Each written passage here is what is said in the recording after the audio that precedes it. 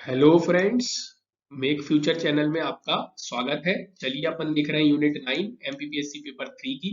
इसके पिछले वीडियो आपने नहीं देखे हो तो मैं नीचे डिस्क्रिप्शन में लिंक जोड़ दूंगा, आप जाके जरूर देख लीजिएगा क्योंकि वो पर्यावरण के बेसिक्स थे। उनके बिना इन लेक्चर को आपको समझने में कठिनाई होगी, तो प्लीज आप वो वीडियो जाके देख लीजिएगा और चैनल पसंद आए तो लाइक शेयर सब्सक्राइब जरूर कीजिएगा। ये मेरे बारे में संक्षिप्त परिचय है, आप चाहे तो देख सकते हैं दोस्तों। मैंने आपको हमेशा बोला है कि प्रीलिम्स का और मेंस का सिलेबस अलग अलग नहीं है। ये आपके प्रीलिम्स का सिलेबस है दोस्तों, ये आपके मेंस का है। आप यहाँ देखेंगे तो ये दोनों यूनिट और ये यूनिट कहीं ना कहीं इसको पूरा पढ़ने के बाद ये तीनों यूनिट अपने आप कवर हो जाती है। इसलिए प्रीलिम्स और मेंस को दोस्तों साथ साथ लेके चलना है। तो चलिए, अभी तक अपन ने यूनिट 9 में क्या क्या देख लिया। तो अपन ने पर्यावरण की परिभाषा, क्षेत्र और आयाम कवर कर लिए। आज अपन भारतीय संदर्भ में पर्यावरण की अवधारणा देखेंगे दोस्तों। चलिए आगे बढ़ते हैं। सबसे पहले अभी तक अपन विज्ञान और तकनीक का अर्थ देख चुके हैं, पर्यावरण की परिभाषा, पर्यावरण के घटक, पर्यावरण के क्षेत्र और पर्यावरण के आयाम दोस्तों, इतना कवर कर चुके हैं। आज के लेक्चर में अपन भारत के संदर्भ में पर्यावरण की अवधारणा देखेंगे दोस्तों। लेक्चर बहुत छोटा होगा, लेकिन छोटा होगा, आपको मजा आएगा और आपको बहुत अच्छे से समझ आएगा। कम हो लेकिन बम हो वाली बात है। सबसे पहले अपन भारत के संदर्भ में पर्यावरण की अवधारणा को दो भाग में विभाजित करके देख सकते हैं। एक आजादी के पहले और बी आजादी के बाद दोस्तों, आजादी के बाद। तो सबसे पहले अपन देखेंगे आजादी के पहले। जैसे अपन जानते हैं कि आजादी के पहले अपनी जो इतिहास की शुरुआत होती है वो हड़प्पा संस्कृति से होती है। और हड़प्पा संस्कृति के पहले भी इतिहास की शुरुआत होती है जब अपन जंगलों में रहते हैं, लेकिन अपन हड़प्पा संस्कृति से देखने की कोशिश करेंगे। तो हड़प्पा संस्कृति में अपन पर्यावरण के संरक्षण करता हुआ करते थे। आपको ये जान के खुशी होगी कि भारत जो है हमेशा से पर्यावरण का संरक्षण करने वाला देश रहा है दोस्तों। हमेशा अपन ने पर्यावरण को सम्मान आदर दिया और अपन पर्यावरण को अच्छे तरीके से देखने वाले और उसका सकारात्मक रूप से बढ़ावा देने वालों में से रहे हैं दोस्तों। आप देखिए, जैसे कि पहला पॉइंट, हड़प्पा संस्कृति में पर्यावरण का संरक्षण कैसे था। तो आप जानते हैं कि वो पेड़ पेड़ की पौधों की पूजा करते थे। आप जानते हैं कि उनके यहाँ एक कुबड़ वाला सांड मिलता था जिसकी वो पूजा किया करते थे। तो इस तरीके से वो प्रकृति का संरक्षण करने वाले थे। दूसरा पॉइंट, अपन आगे बढ़ेंगे इतिहास में तो देखेंगे वैदिक संस्कृति, वो भी पर्यावरण का संरक्षण करने वाली थी। कैसे? उनने सभी प्राकृतिक शक्तियों को देवता के तुल्य माना या देवता स्वरूप माना।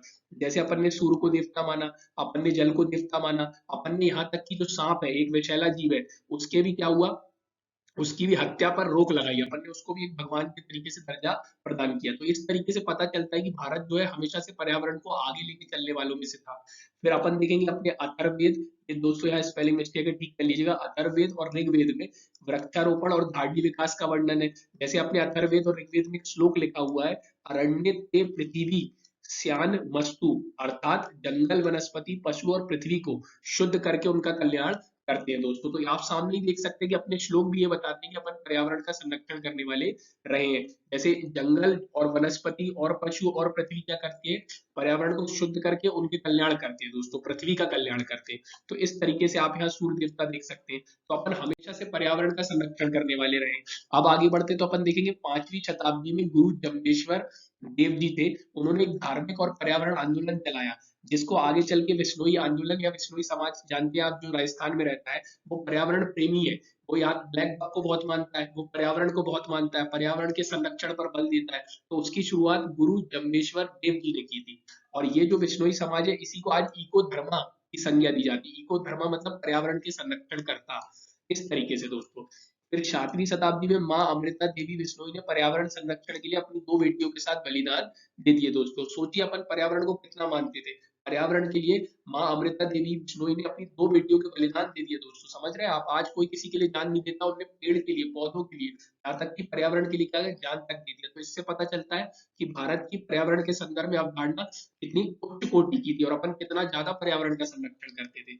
फिर अपन आगे बढ़ते तो देखते हैं भारतीय प्राणी विज्ञान सर्वेक्षण, 1916 में ही अपन ने इसकी स्थापना कर दी थी। और इसका क्या कार्य होता था, इसका कार्य होता था पर्यावरण की संरक्षण करना, जीवों की संरक्षण करना दोस्तों। और इसी का मुख्यालय दोस्तों कहाँ है, तो कलकत्ता में है। तो इस तरीके से ये आजादी के पहले के कुछ कदम हो जाते हैं। अब अपन बढ़ते हैं आजादी के बाद। तो आप देखेंगे 72 के स्टॉकहोम सम्मेलन हुआ, उसमें भारत ने भाग लिया, साइन किया। उसके बाद भारत ने 76 में क्या किया, अपने संविधान में संशोधन किया और अनुच्छेद 48 और 51 ए जी जोड़े, जो कि कहीं ना कहीं पर्यावरण से रिलेटेड और पर्यावरण के संरक्षण को बढ़ावा देते हैं। जैसे 51 ए जी में बोला गया है कि प्राकृतिक पर्यावरण की रक्षा करें तथा उसका संवर्धन करें और सभी जीवधारियों के प्रति दयालु रहें। दोस्तों आपको मालूम होगा कि 51 ए जी जो है एक मौलिक कर्तव्य है और मौलिक अपने कर्तव्य बनता है कि अपन पर्यावरण का संरक्षण करें, जीवों का संरक्षण करें, नदी तालाब आदि को बढ़ावा दें। इसी तरीके से अनुच्छेद 48 आप देखेंगे तो उसमें भी सरकारों को या आदेश या निर्देश दिए हुए हैं कि वो पर्यावरण का संरक्षण करें और उसको बढ़ावा दें। तो इस तरीके से आजादी के बाद 72 के स्टॉकहोम सम्मेलन के बाद अपन ने संशोधन करके अपनी पर्यावरण के प्रति क्या करा, सम्मान दिखाया और अनुच्छेद 48 और 51 ए जी जोड़ा। फिर वर्तमान कुछ कदम की बात कर लेते हैं। तो आपको जैसे मालूम होगा कि भारत में पर्यावरण के संरक्षण के लिए बहुत सारे कानून है। जैव विविधता अधिनियम 2002, पर्यावरण संरक्षण अधिनियम 1986, wild wild life protection act 1972। ऐसे ही आप देखेंगे जल प्रदूषण और निवारण अधिनियम है। इस तरीके से कई अधिनियम है, कई बॉडी बनी हुई है, जैसे पॉल्यूशन कंट्रोल बोर्ड बना हुआ है सेंट्रल का, स्टेट का। तो इस तरीके से अपन पर्यावरण का संरक्षण करने वाले हमेशा से रहे और आज तक है और आगे भी रहेंगे। दोस्तों ये जान के आपको खुशी होगी कि अपन सकारात्मक रवैये वाले लोग रहे हैं। और अन्य कदम में आप ये जोड़ सकते हैं बिश्नोई और चिपकू आंदोलन। मैंने जैसे आपको बताया कि भारत में पर्यावरण के संरक्षण के लिए बहुत सारे आंदोलन चले हैं। इन सब चीजों को अपन दोस्तों एक एक उठा के बहुत विस्तार से आगे पढ़ेंगे। जब अपन पढ़ेंगे ना कि पर्यावरण की क्या समस्या है, तो जब उसके उपाय पढ़ेंगे तो उसमें देसी उपाय और विदेशी उपाय पढ़ेंगे, देसी और विदेशी, अंतर्राष्ट्रीय, राष्ट्रीय और अंतर्राष्ट्रीय। राष्ट्रीय में अपन कुछ विधि कानून पढ़ेंगे, कुछ आंदोलन पढ़ेंगे, तो इस तरीके से इसको विस्तार में पढ़ेंगे। अभी आप यहाँ देख सकते हैं कि अपन ने अन्य कदम उठाए, विश्नोई और चिपकू आंदोलन चलाया, विष्णु और वराह पुराण में वृक्षारोपण के महत्व को समझाया गया है। दोस्तों देखिए विष्णु और वराह जो पुराण है उसमें वृक्षारोपण के महत्व को समझाया गया है और आप जानते हैं कि वृक्ष लगाना कहीं ना कहीं पर्यावरण को आगे बढ़ाने की तरफ एक कदम है।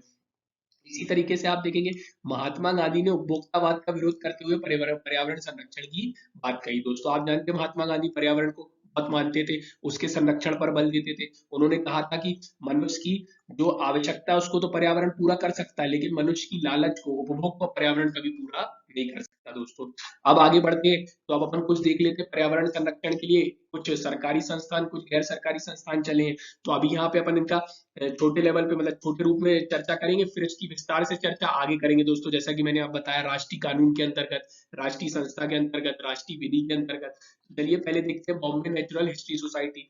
जैसे कि आप जानते होंगे एक अखिल भारतीय वन्यजीव अनुसंधान संगठन है जो 1883 से प्रकृति संरक्षण को बढ़ावा दे रहा है। दोस्तों क्या इसका उद्देश्य है, क्या मिशन है, ये रिसर्च करता है, ये एजुकेशन और सार्वजनिक जागरूकता के आधार पर कार्रवाई के माध्यम से प्रकृति का संरक्षण, मुख्य रूप से जैव विविधता का संरक्षण करना है। दोस्तों तो आपको याद होना चाहिए कि बीएनएचएस है एक रिसर्च ऑर्गेनाइजेशन है, अनुसंधान संगठन है जो 1883 से प्रकृति के संरक्षण को बढ़ावा दे रहा है। इसका काम क्या है, लोगों में जागरूकता पहुंचाना, इस फील्ड में रिसर्च करना, ताकि क्या हो ज्यादा से ज्यादा पर्यावरण का और जैव विविधता का संरक्षण हो सके। दोस्तों अब एक और संस्थान देख लीजिए, भारतीय प्राणी विज्ञान सर्वेक्षण। 1916 में इसकी स्थापना हुई थी, इसका मुख्यालय कलकत्ता में है और इसका उद्देश्य जीव जंतुओं का एक व्यवस्थित सर्वेक्षण करना था। दोस्तों तो इस तरीके से मैंने आपको कुछ अन्य संस्थान भी बताए जो पर्यावरण संरक्षण की दिशा में भारत में काम कर रहे हैं। दोस्तों तो इस तरीके से आपकी भारतीय संदर्भ में पर्यावरण की अवधारणा समाप्त होती है। दोस्तों अब इसके बाद अपन देखेंगे वैश्विक संदर्भ में पर्यावरण की अवधारणा। इस तरीके से आपके सिलेबस की जो पहली हेडिंग है वो कवर हो जाएगी। दोस्तों आपको वीडियो पसंद आया तो लाइक शेयर सब्सक्राइब जरूर कीजिए और ज्यादा से ज्यादा जरूरतमंद लोगों को इस वीडियो को पहुंचाइए। और हमारे नीचे टेलीग्राम चैनल लिंक से आप पीडीएफ प्राप्त कर सकते हैं इस कोर्स की। और आपने पुराने नहीं देखे हो वीडियो तो जरूर जाके देखिए, आपको पर्यावरण में मजा आ जाएगा। दोस्तों चलिए, थैंक्स फॉर वॉचिंग।